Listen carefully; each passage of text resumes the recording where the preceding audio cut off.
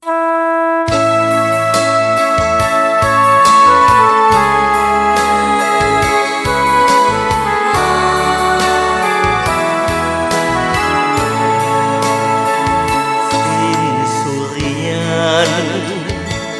วันอำลา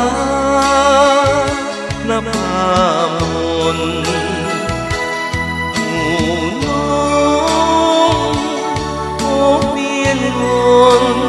คืนกับหางนอนดวงจันทร์ก็มุนมาใหม่อยู่สายเพื่อนเคยร่วมมองจากจอแล้วบอกกลับมาสิ้นสุริยันผ่านเยี่ยมขอบฟ้าที่ว่ากระจ่างคำแล้วแสงเลื่อนลางคอยจุดจางลาดวงใจ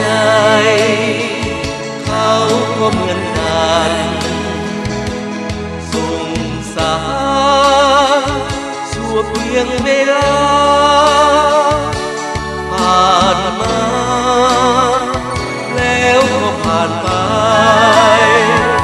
โอ้สุรีแม้จะต้องลายังกลับมา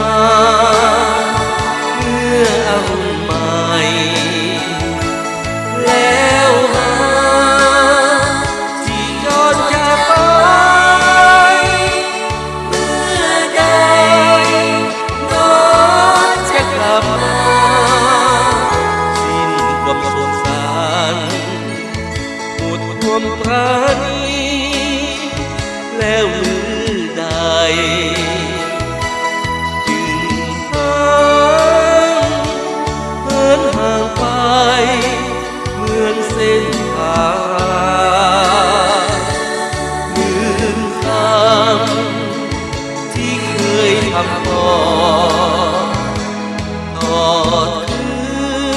นซึ่งความสัญญาจากลาแล้วลืมสิ้นกัน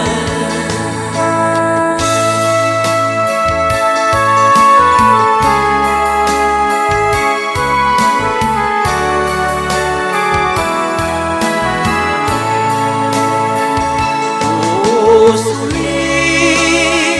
แม้จะต้องลายังกลับมา